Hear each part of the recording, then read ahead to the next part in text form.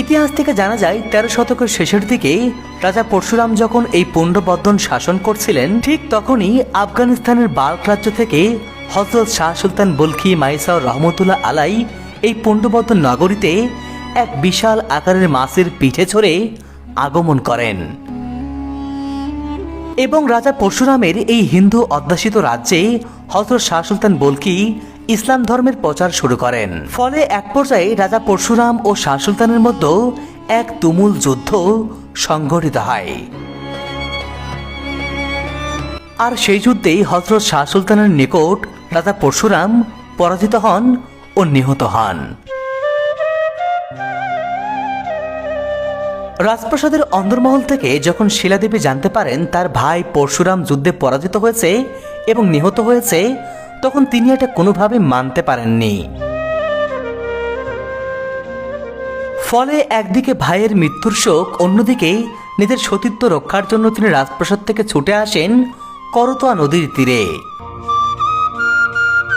জনশ্রুতি আছে এই ঘাটে দাঁড়িয়ে তিনি সৃষ্টিকর্তার কাছে এক অলৌকিক প্রার্থনা করেছিলেন, হে প্রভু, আমাকে পাথরে পরিণত করো। তার সেই আর্তনাদ সেদিন বিফলে যায়নি। সতীত্বের তেজে নদীতে ঝাঁপ দেওয়ার পর জীবন্ত শিলাদেবী নাকি মুহূর্তেই পাথরে পরিণত হয়েছিল। আর সেই রূপ নেই সেই তেজস্বী রাজকন্যা।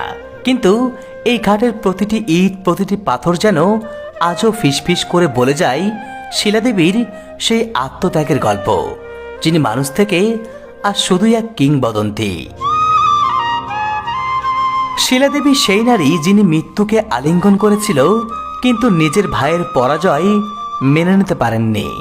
শিলাদেবী যে ঘাটে আত্মাহুতি দিয়েছিলেন, নিজের ভাইয়ের পরাজয় স্বীকার করতে না পেরে তিনি যে ক্ষোভের রাগে এই ঘাটে এসে যে আত্মাহুতি দিয়েছিলেন, সেই আত্মাহুতির ঘটনাকে কেন্দ্র করে কিন্তু শিলাদেবীর এই ঘাটটি আজও বর্তমানে স্মৃতি হিসেবে রয়ে গেছে।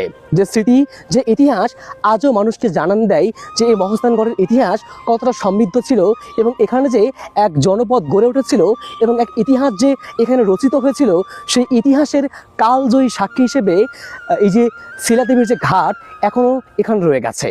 বন্ধুরা, শিলাদেবীর ঘাট শুধু এক ইতিহাস নয়, এই স্থানটি হিন্দু ধর্ম অবলম্বীদের কাছে এক পবিত্র তীর্থস্থান। প্রতি বছর দেশ ও দেশের বাইরে থেকে হাজারো ভক্তরা এখানে আসেন।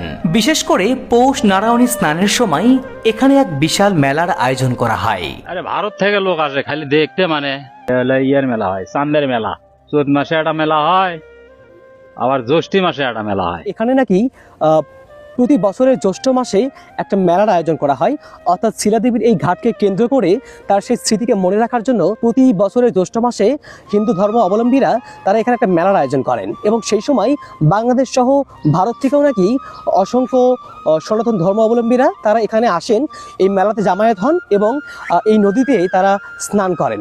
আর সেই স্নান করার জন্য কিন্তু এই ঘাটটাকে দেখুন বিশাল পরিসরে বানানো হয়েছে। এখানে রয়েছে পাশাপাশি দুইটি শ্মশান ও শিলাদেবীর ঘাট বিশ্রামাগার। বন্ধুরা, এই শিলাদেবীর ঘাটকে কেন্দ্র করে এখানে একটি স্থাপনা তৈরি করা হয়েছে। এখানে লেখা রয়েছে, মহাস্থান শিলাদেবীর ঘাটের বিশ্রামাগার সংস্কার কাজের উদ্বোধন করেন জনাব মোহাম্মদ জিয়াউল হক, জেলা প্রশাসক, বগুড়া। এটা নির্মাণ করা হয়েছে 21 এপ্রিল 2022 সালে। পৃথিবী তার আপন গতিতে অবিরাম ছুটে চলে, কিন্তু কিছু ইতিহাস যেন পাথরের বুকে খোদাই করা এক মহাকাব্যের মতো অনন্তকাল থেকে যায়। তেমনি শিলাদেবীর এই ঘাট ভাইয়ের প্রতি বোনের ভালোবাসার এক কালজয়ী নিদর্শন। আপনি যদি কখনো এই ইতিহাসের নগরী মহাস্থানগড়ে ঘুরতে আসেন, তবে ঐতিহাসিক এই ঘাটের সিঁড়িতে বসে হারিয়ে যাওয়া সেই ইতিহাসকে এক পলক দেখে যাবেন।